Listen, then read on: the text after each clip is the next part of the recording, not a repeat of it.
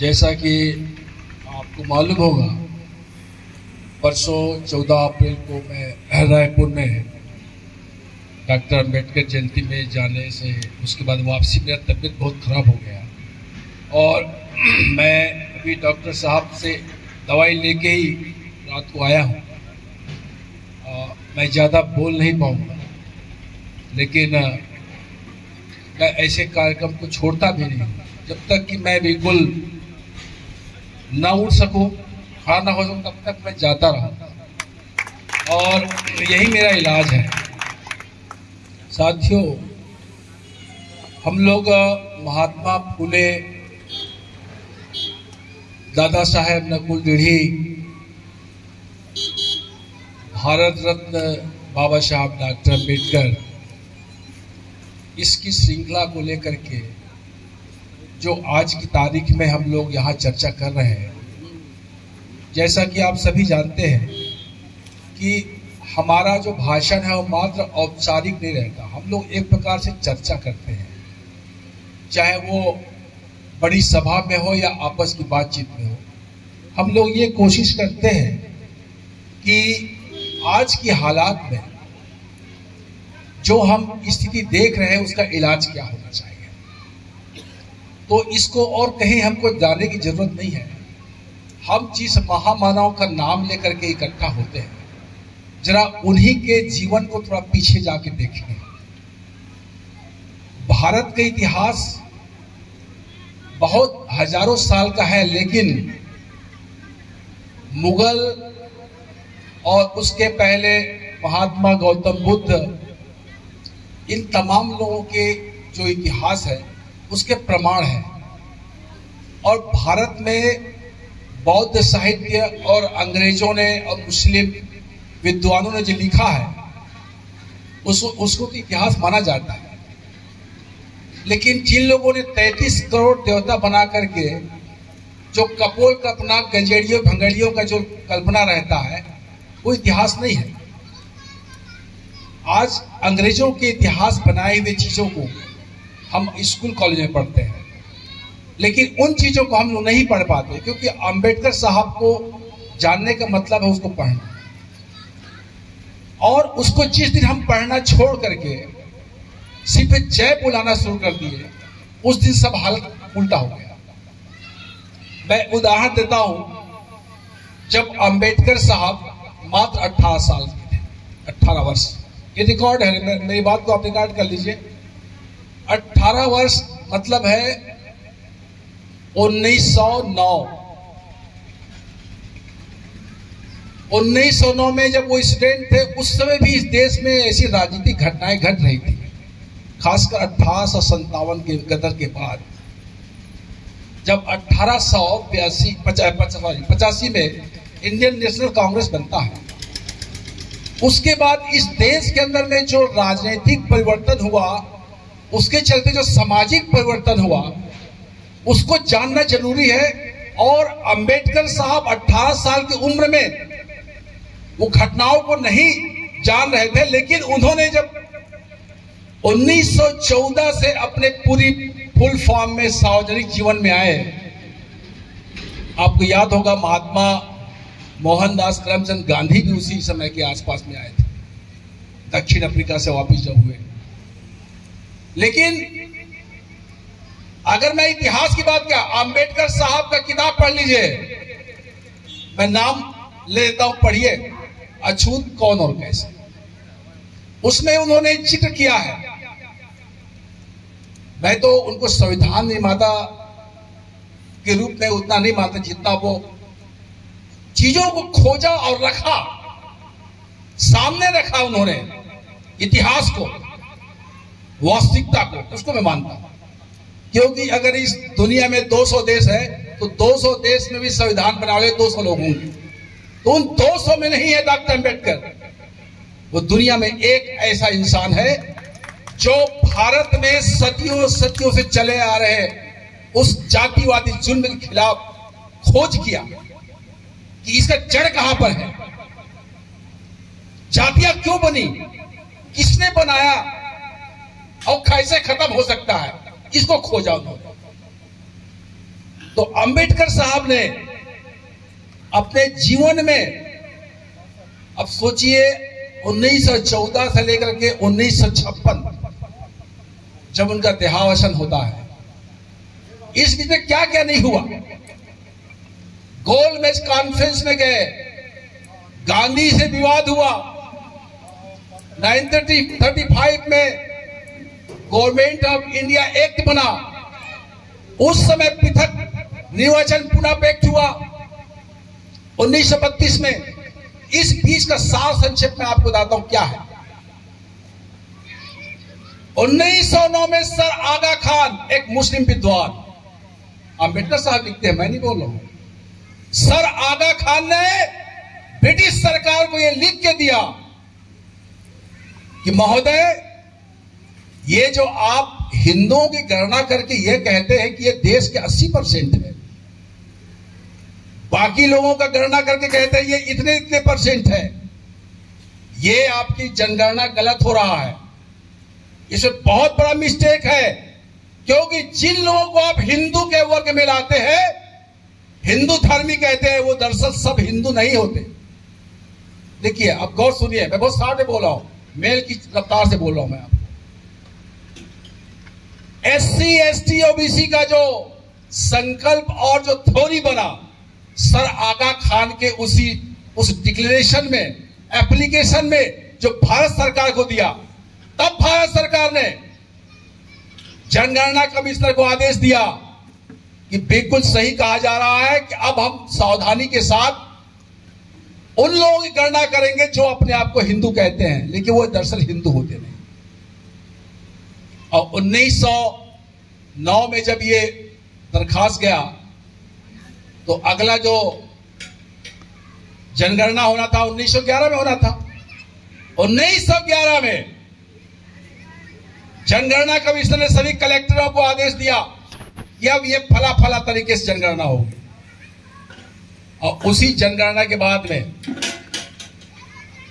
ये आपके महात्मा गांधी, लोकमान्य तिलक, तमाम वे लोग जो कांग्रेस के आर्य समाज के लोग, उन्होंने बगावत किया कि ऐसी जनगणना नहीं होना चाहिए। उनको मालूम हो गया कि ऐसी जनगणना होने से हिंदू मुश्किल से 10% निकलेंगे, 10%। बाकी लोग क्या निकलेंगे? बाकी लोग निकलेंगे 52%, जिसको हम लोग आज ओबीसी कहते हैं, प्रकृति पूजक निकलेंगे, जो अपना देवी देवता, अपना कस्टम, अपना तमाम तरह के रीति रिवाज, प्राकृतिक नियमों को मानते हैं, पेड़ पौधों को मानते हैं, अपने स्थानीय जो उनके पुरखों को मानते हैं। यही हाल जंगलों के रहने वाले आदिवासी है, और जिसको अस्पृश्य कहा जाता है, अनटचेबल कहा जाता है, उनको तो किसी को देवी देवता तो नाम के बहुत दूर की बात है, वो तो उस हवा में नहीं घुस सकते जहां पर उनके देवी देवता मंदिर है। तो कैसे हिंदू हुए भाई? हिंदू कैसे हुए? ये सवाल सर आगा खान ने उठाया था। अगर सर आगा खान ने आवाज नहीं उठाया था, उस मुस्लिम विद्वान ने, तो आज की तारीख में ये मूवमेंट पैदा नहीं हुआ होता कि कौन SC है, कौन ST है, कौन OBC है। तब कहीं जाकर के जो दूसरे 2 वोटों का अधिकार, बहुत लोगों को भ्रम होता है कि 2 वोट कैसे भाई? देखो, पूरी बात बताते नहीं, बोले अछूतों को 2 अधिकार, 2 वोट, बाकी को 1 वोट, तो किसी को भी लगेगा भाई ये तो गलत है। नहीं, 2 अधिकार का मतलब यह है कि जो लोग सबसे पहले चुनाव लड़ने के जाएंगे, तो उस चुनाव में कौन खड़ा होगा उसका वोटिंग होगा। समझ रहे? कौन खड़ा होगा उसका पहला वोट होगा।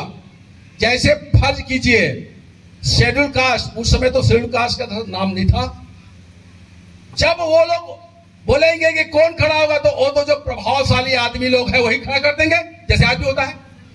जो रिजर्वेशन सीट है तो इसे फलाना सतनामी को, फलाना सूर्यवंशी को, फलाना ठिकाने जात वालों को खड़ा कर दो, अपने चमचा को। राजा महाराजा तो वही करते थे ना, अपने नौकरों को खड़ा करते थे। उसमें डॉक्टर अम्बेडकर ने मांग किया कि जो खड़ा होगा उसका चुनाव भी उसी कम्युनिटी के लोग करेंगे, ये पहला अधिकार होगा। और जब उसका चुनाव लड़ने का अधिकार होगा, तब उसका बोर्ड वो फिर दोबारा डालेंगे और लोग भी डालेंगे, तब उसको 2 अधिकार कहा गया। ये है, कोई जानता नहीं इसको। अब इस तरह से अब मैं आपको संक्षेप में 2 मिनट बता देता हूं, ज्यादा समय नहीं, मेरी तबीयत भी ठीक नहीं है।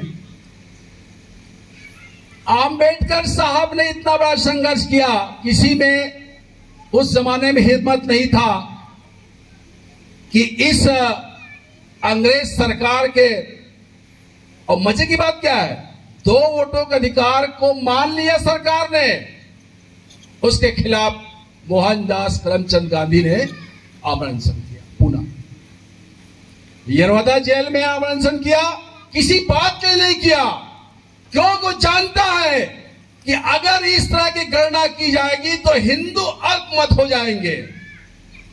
उसके अंदर में कौन लोग आएंगे सामने? प्रकृति पूजक लोग। कौन लोग? ग्वाल बाल के पुराने नेता श्री कृष्ण आएंगे, क्योंकि इनके नेता कौन थे और कौन है अभी भी।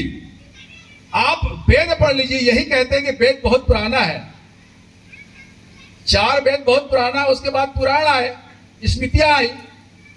तो आप बताइए उस वेद में कहीं राम का नाम है क्या? रामायण में, ये तो रामायण तो हाल का है, तो 500 साल पहले का है।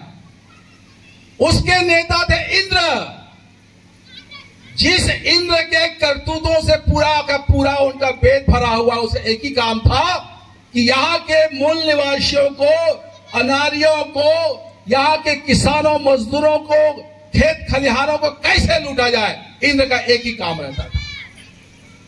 तो ये जो कृष्ण किसके खिलाफ लड़ा था? इंद्र के खिलाफ लड़ा था ना। तो इंद्र तो जब हमारे लोगों के खिलाफ था तो कृष्ण किसका देवता हुआ? वो इंद्र को मानने वाला देवता नहीं होगा। लेकिन क्यों मान लिए? अब देखिए, यहीं पर इसी बोलते हैं रणनीति। अगर आज कृष्ण उनके देवता हो गए, क्या अंबेडकर साहब उनके देवता नहीं है? क्या नरेंद्र मोदी आरएसएस लोग अंबेडकर साहब के फूलमाला नहीं चढ़ाते? क्या महात्मा गौतम बुद्ध उनके विष्णु देवता में नहीं है ना? इसीलिए बोल रहा हूं, अंबेडकर साहब ने कहा कि आप लाख कुछ करिए, जब तक आप धार्मिक पहचान, आइडेंटिफिकेशन ऑफ रिलीजन, धर्म का मतलब पूजा पाठ आराधना नहीं, पहचान कि मैं कौन हूं। अगर मैं कहता हूं मैं हिंदू नहीं हूं, बिल्कुल नहीं हूं। अरे भाई, हिंदू होने का मतलब क्या है? मुझे ब्राह्मण इतना अधिकार है क्या? नहीं है, तो मैं नहीं हूं हिंदू। क्या एक साहू, क्या एक यादव, उसको अधिकार है ब्राह्मण इतना? जन्म से ही ब्राह्मण पैदा होता है, महाराज कहलाता है। क्या मैं जन्म से पैदा होकर के महाराज कहलाता हूं? नहीं, मैं तो कमिया कहलाता हूं, बनिहार कहलाता हूं, पानी ढोने वाला कहलाता हूं। तो मैं कैसे हिंदू हुआ? तब डॉक्टर अम्बेडकर ने कहा, अपने मरने के आखिरी वक्त में, जबकि वो देश का संविधान निर्माता, देश के प्रथम कानून मंत्री, उनकी हैसियत क्या कम था? अगर वो अपना सोचते, जैसे आजकल लोग सोचते हैं, एक छोटा सा विधायक हो जाते हैं, विधायक का चमचा प्रतिनिधि भी हो जाते हैं, तो सोचते मैं, मेरे से बड़ा आदमी कोई नहीं है। अंबेडकर साहब जब देश के संविधान निर्माता, सारे विश्व के विद्वानों में से उनकी गणना है, तो उनकी क्या चिंता था यार, बोले हटा छोड़ो। लेकिन नहीं, उन्होंने कहा कि अगर इस देश में हिंदुइज्म को खत्म करना है तो हमारा जो आइडेंटिफिकेशन है, जब हम कहते हैं हम हिंदू नहीं है, तो क्या है, इसको हमको लिखना पड़ेगा। इसलिए मैं ये कहता हूं तमाम लोगों से कि आपको जब तक ये हिंदू राष्ट्र का विरोध करेंगे तो आप कितना विरोध करते रहिए। वो यही सिखाता है आरएसएस का बंदा, अरे यार छोड़ो ना, तुम आखिर हिंदू हो ना, तो क्या बोलेगा? हाँ ये तो है। बोलेगा नहीं बोलेगा? बिल्कुल बोलेगा। क्यों भाई, तुम तो हिंदू हो, आखिर ये मुसलमान चक्कर में क्यों जाते हो, ये बौद्धों चक्कर में क्यों जाते हो? तो सतनामी का जो टूरा, उसका नाक पोछने की तमीज नहीं है। वो गिरौदपुरी मेला में जाके क्या लिखता है, यहां बौद्धों का, मुसलमानों का आना मना है, आए तो उसको झूठा मानो। ऐसा लिखता है, लिखता है। इसी साल किरातपुरी मेला के अंदर में अंबेडकर साहब के फोटो, उसकी किताब को फेंका गया। और कौन किया ये काम को? कोई आरएसएस का, वहां का इनका नेता, क्या नाम, भागवत बोलते ना, अभी मोहन भागवत है। मोहन भागवत फेंकने नहीं आया था। मोहन भागवत ने जिनको हिंदू बनाया है, अपना चम्मच जो बनाया है, यहाँ के रुद्र कुमार कैबिनेट मंत्री और उसके परिवार को, वो लोग आके फेंकते हैं। तो अब मुझे आप ये बताइए, क्या अंबेडकर साहब के मूर्ति को, किताब को फेंकने वाला इस देश में हिंदू राष्ट्र को रोक सकता है? नहीं रोक सकता। हिंदू राष्ट्र बन के रहेगा। दोस्तों, मैं साफ बोल रहा हूं आपको, आपने बहुत छोड़ दिया। 50 साल हो गए अंबेडकर साहब ने जब बौद्ध धर्म महापरिवर्तन किया था नागपुर में, दीक्षा भूमि में, उसके बाद क्या किया? अंबेडकर को अपने घर में ले आए। कौन लोग? आरएसएस वाले। कि अगर ये अंबेडकर का मूवमेंट चलते रहा कि आई एम नॉट ए हिंदू, और लोग कहने लगे कि मैं कृष्ण को मानने वाला कृष्ण धर्मी हूं, कोई कहेगा मैं साहू जी को मानने वाला साहू महाराज के साहू धर्म का हूं, तो बताइए, हम तो ये नहीं कह रहे हैं कि जैसे वो सबको इकट्ठा करके कचरा में बाहरी में बटो कह रहा है कि तुम हिंदू नहीं हो तो बौद्ध हो। वो तो ये कि हम ये कह रहे हैं, देखिए बहुत सारे अंबेडकरवादी कहते हैं कि भैया ठीक है, हम हिंदू नहीं तो बौद्ध बन जाए। क्यों भाई? क्या संविधान में ये लिखा है कि आप हिंदू नहीं है तो बौद्ध हो जाओ? अरे आपको जो बनना है बनो, लेकिन हिंदू नहीं हो तुम, बात खत्म। हमारा कहना है, हम सतनामियों को कह रहे हैं, मैं सतनामी हूं, मैं हिंदू नहीं हूं तो क्या हूं? सतनाम धर्मी हूं। अगर उसके बदले मैं बोलूंगा मैं बौद्ध हूं, तो मेरे पास जो सतनामियों का समूह है वो क्या मुझे सुनेगा? नहीं सुनेगा। राहुल संकेतियान नाम का एक विद्वान ब्राह्मण था, पांडे, आपको मालूम होगा। राहुल संकेतियान, जिसने भारत के हिंदू धर्म संस्कृति का ऐसी तैसी करके किताबें लिखा, बौद्ध साहित्य खोज अपने पीठ में लाद लाते, तिब्बत गया, चीन गया, रशिया गया, उसने हिंदू धर्म त्याग करके बौद्ध बना। पहले कम्युनिस्ट बना, फिर बौद्ध बना। तो कम्युनिस्ट बौद्ध के बीच में उसका चल रहा था, विद्वान आदि था, लेकिन जैसे बना तो वो उसको फिर ब्राह्मण लोग कहे कि साला तुम तो हमारा ब्राह्मण नहीं रह गए। इस बात को सोचना चाहिए। उसी प्रकार से अंबेडकर साहब ने कहा कि बौद्ध बन जाओ, लोग बने, और आज भी कहता हूं जिनको बौद्ध बने बने, हमें कोई आपत्ति नहीं है, लेकिन कृष्ण के मानने वालों को कृष्ण धर्म, साहू समाज के लोगों को, अभी मैं बोर्ड पढ़ रहा था राजीव जयंती, क्यों राजीव धर्म नहीं हो सकता क्या? भाई मैं अगर सतनाम धर्म मानता हूं, लेकिन मैं उन सतनामियों की तरह मैं पूजा पाठ अगरबत्ती नहीं जाता। मेरे घर में आप घासीदास का फोटो नहीं देखोगे, लेकिन मेरी पत्नी मैडम जी हैं, तबले में है, लेकिन वो रोज आरती उतारती है। मैं मना नहीं करता, तुम्हारी अच्छा, तुम अच्छा का आरती उतारो, लेकिन मुझे अच्छा लगता, मैं नहीं करता। यही तो भारत में धार्मिक स्वतंत्रता है। स्टेट सेकुलर है। सेकुलर का मतलब यह है कि राज्य का, स्टेट का कोई धर्म नहीं होगा, बिल्कुल होना चाहिए, ये नियम, कि ना मुस्लिम है, ना बौद्ध है, ना सतनामी है, वो स्टेट है, पॉलिटिकल, राज्य का ताकत, राज्य के जन कल्याण के लिए। आप संविधान का पढ़िए, उसमें क्या है? साइंटिफिक टेम्परामेंट होना चाहिए इस देश का, सोच विचार, लेकिन एक व्यक्ति की स्वतंत्रता धार्मिक होना चाहिए कि आपके मन में जैसा भी पूजा पाठ करना है, मान्यता करना है, मानिए। इस संविधान में लिखा हुआ है। और यही भारत का, हमारे साहू जी जो कह रहे थे, मैं बोल दूं, अंग्रेजों के आने के बाद ही आपको मालूम है भारत के संविधान में यूएनओ ने प्रस्ताव पास किया, वर्ल्ड के पूरे दुनिया के जो उनके मेंबर थे, कि हमारा कोई भी देश तभी मेंबर बन सकता है जब वो अपने देश के संविधान में समता का, धार्मिक स्वतंत्रता का और हर तरह के आजादी का, आधुनिकतम ख्यालात का वो पक्षधर होगा वो देश, तभी हम उसको यूएनओ में मान्यता देंगे। ये ऐसे फिक्स नहीं मिल गया, इसलिए हम कहते हैं अगर हिंदू राष्ट्र बनाने के खिलाफ लड़ना है दोस्तों, मैं नहीं कहता कि आप अब देखिए अंबेडकर साहब गुजरे 50 साल तो हो गया, ज्यादा हो गया, 56 54 1900 हो गया, अब 23 लगभग समझिए 65 साल भुला दिए हमने अंबेडकर साहब को कि धार्मिक पहचान वो मेन चीज है। धार्मिक मैं क्या हूं, भले आप पूजा पाठ मत कीजिए या रात दिन कीजिए, मतलब नहीं है, मैं हिंदू नहीं हूं बस। Why I am not Hindu. अगर मैं हिंदू नहीं तो क्या हूं ये बोलोगे ना। तो यही हम कह रहे हैं दोस्तों, आज का सबसे बड़ा हिंदू राष्ट्र खतरा। आप देखिए उत्तर प्रदेश में जो इनका जीत हो रहा है वो क्या करते जानते हैं आप? देखियो, मैं तो बहुत सारे लोग अपने स्वयं सेवकों को सिखाते हैं कि चाहे जो भी नाराजगी हो सरकार से, नौकरी चाकरी में, सड़क का, नल का, नाली का, वो सबको सुनो, कहो कि देखो जब हमारा हिंदू राष्ट्र आ जाएगा तब सब ठीक हो जाएगा। और हिंदू राष्ट्र आने के लिए सबसे पहले क्या करेगा वो?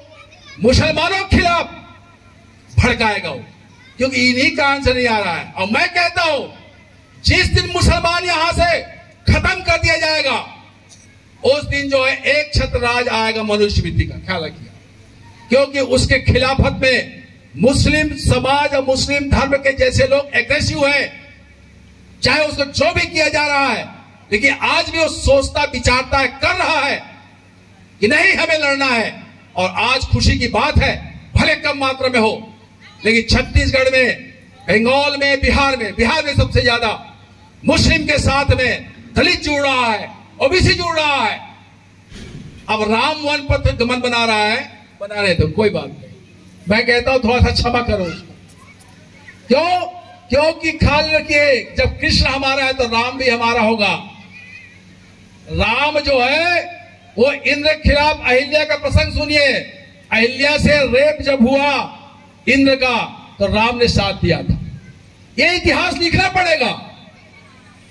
जैसे आज की तारीख में राम मंदिर हम कहते हैं अयोध्या में। आपको मालूम है जब हम बच्चे थे, हमारे घर में दुकान था, तो उस समय में मेघना बीड़ी आता था। मेघना बीड़ी नाम सुनो कोई पुराने लोग हैं तो, जो बीड़ी पीने वाले, ये उड़ीसा से मेघना बीड़ी के कट्टा में, बीड़ी में उसमें लिखा होता था अयोध्या का राम जन्मभूमि को मुक्त करो। अब कोई यकीन होगा किसी को? कोई यकीन नहीं होगा, क्योंकि हिंदू राष्ट्र का जो ये बात कर रहे हैं, वो हिंदू राष्ट्र का बात करने के लिए वो लोग जो है साइड से अपने लोगों को ढीले हुए हैं। वो बना हुआ सामने का ऐसा चेहरा, नहीं हम हिंदू राष्ट्र नहीं, हम तो भाई, हम तो सब मुसलमान के साथ भी है, दलित साथ भी है। लेकिन वो जो है ऐसे लोगों को फ्रिंज एलिमेंट कह के लोगों रखे हुए हैं, लेकिन वो मुसलमान के खिलाफ नफरत फैला रहा है। इसका मतलब मुसलमान के खिलाफ नहीं है, वो चाहता है मुसलमान जो पहले मोर्चे में उसको खत्म कर दिया जाए, बाकी ये साले ओबीसी और एससी को तो हम ऐसे कॉलर पकड़ के दबा के काम करा लेंगे। ये उनका सोच रहा है। इसलिए इस देश पे अगर हिंदू राष्ट्र जो खतरा है संविधान के लिए, न सिर्फ संविधान के लिए बल्कि हमारे हक हुकूक के लिए, अधिकार के लिए, तो मुस्लिम, क्रिश्चियन, सतनाम धर्मी, बौद्ध धर्मी, पारसी और तमाम तरफ के लोग जो हम लोग भले गिन देते हैं 15%, नहीं, उनमें भी आपको जो है 2% छोड़ के सही लोग मिलेंगे, लेकिन उनको आपको साथ लेना पड़ेगा। अंबेडकर साहब जब दूसरी शादी किए, क्या नाम था उनका? सविता अंबेडकर। सविता अंबेडकर ब्राह्मणी। अब मुझे बताइए, क्या अंबेडकर साहब हमसे ज्यादा, मतलब हम लोग ज्यादा होशियार है क्या? जब एक ब्राह्मणी से शादी किया तो ऐसे घर में जाकर तो पकड़ शादी नहीं किया। अरे भाई, उनके साथ में काम कर रही थी, समझी बूझी होगी, जानी होगी, तब तो शादियां होती है। वो भी पढ़ी लिखी डॉक्टर साहब तो खैर, अब उनके बारे में कहना क्या। मैं कह रहा हूं, आप जातियों के खिलाफ जब बात करेंगे तो उन सबको साथ में लेना पड़ेगा, जो चाहे जात से ब्राह्मण हो, ठाकुर हो, वैश्य हो, चाहे यादव हो, साहू हो, उनको ये कहिए कि आप संविधान के साथ है कि नहीं, बस खत्म। अगर आपका जो राष्ट्रपति मुर्मू, क्या नाम इसका भी, द्रौपदी मुर्मू ना, इसके पहले आपका राष्ट्रपति था दलित रामनाथ कोविंद। अगर हम मान लें जाति के आधार पर राजनीति में तो समझ लो 5 साल तो हमारा भारत सरकार में हमारी कब्जा था ना भाई, और अभी आदिवासियों का कब्जा है। साहब ये जाति के आधार पर नेता बनना छोड़ दो, सिद्धांत के आधार पर बनो। संविधान का मूल्य, अंबेडकर साहब का मूल्य, फुले साहब का मूल्य, उसको याद रखिए। तो मानव को मानव से लड़ाने और शोषण करने वाला जो सिस्टम को खत्म करना है। आपने महात्मा फुले की किताब पढ़ा है गुलामगिरी, कितने लोग पढ़े हैं? गुलामगिरी पढ़िए, उन्होंने परशुराम के बारे में क्या लिखा है, कत्लेआम को दोषी बताया है। और आज हमारे वही अंबेडकरवादी क्या बोल रहा है, मैं नाम नहीं, आप जान जाएंगे कि सबसे बड़ा मूर्ति मैं बनाऊंगा परशुराम का। लो, अब अंबेडकर और महात्मा फुले को आप क्या चाहते हो? आप कत्ल कर रहे हो ना, अंबेडकर साहब कत्ल कर रहे हो, नहीं कर रहे हो? कि सबसे बड़ी मूर्ति मैं बनाऊंगी, ये मैं बनाऊंगा कह रहे हो। छत्तीसगढ़ के सतना भी अंबेडकर साहब के फोटो नहीं बेच रहे हैं, और अभी 14 अप्रैल में वो लोग फूल माला पहनाने आए थे। रायपुर में तो नंद कुमार पटेल पहुंचा था, भूपेश बघेल पहुंचा था। हमारे साहू भाइयों को, मुसलमानों को लड़ाने के लिए आरएसएस ने क्या ढोंग नहीं किया, क्या नहीं किया। जिस तारीख को दंगा होता उस तारीख हम गए थे बेमेतरा, वहां पर साहुओं को भेजा गया, जाओ तुम जाके मार के आओ। तो भाई अब आमने सामने होगा तो कोई ना कोई मरेगा, चाहे साहू मरेगा चाहे मुसलमान मरेगा। मोहन भागवत तो नहीं मरा, कोई महाराज का ठाकुर साहब का लड़का तो नहीं मरा, एक मरा साहू, और उनको बदला लेने के 2 मुसलमान को मार दिया गया। आखिर नुकसान किसका है? यही नुकसान को रोकना है। तो आप नुकसान जात के आधार पर, सिद्धांत के आधार पर रोकिए कि जो संविधान को मानता है वो हमारा दोस्त है, जो संविधान को नहीं मानता, ये रुद्र कुमार उसकी बहन जो अंबेडकर की मूर्ति फेंक रही थी, वो है सत्तावी, लेकिन हम उसको नहीं मानते। ये हमारा सिद्धांत है। गुरु घासीदास सेवादार संघ का, जीएसएस का ये आह्वान है हमारा। अभी 18 मई को दिल्ली का जो जंतर मंतर में प्रदर्शन है इसी मुद्दे को लेकर के, इस देश में धार्मिक स्वतंत्रता के आधार पर हमें अपना धर्म लिखने का हक होना चाहिए। तब आप देखिएगा साहब, मैं नहीं कहता कब होगा, 5 साल, 10 साल, 20 साल, 50 साल, 100 साल, एक दिन आएगा जो आज लिख रहे हैं 90% हिंदू, वो लिखेंगे, नोट कर लो, मैं तो मर जाऊंगा, रहूंगा नहीं, मैं जानता हूं उसको 200 साल लगेगा। 10% हिंदू है ऐसा लिखा जाए, 10% हिंदू है, तब हिंदू राष्ट्र बना के देखे। साथियों, इसीलिए बोल रहे हैं कि 80 साल का बूढ़ा आम का पेड़ लगा रहा है, इसका मतलब अपने नहीं।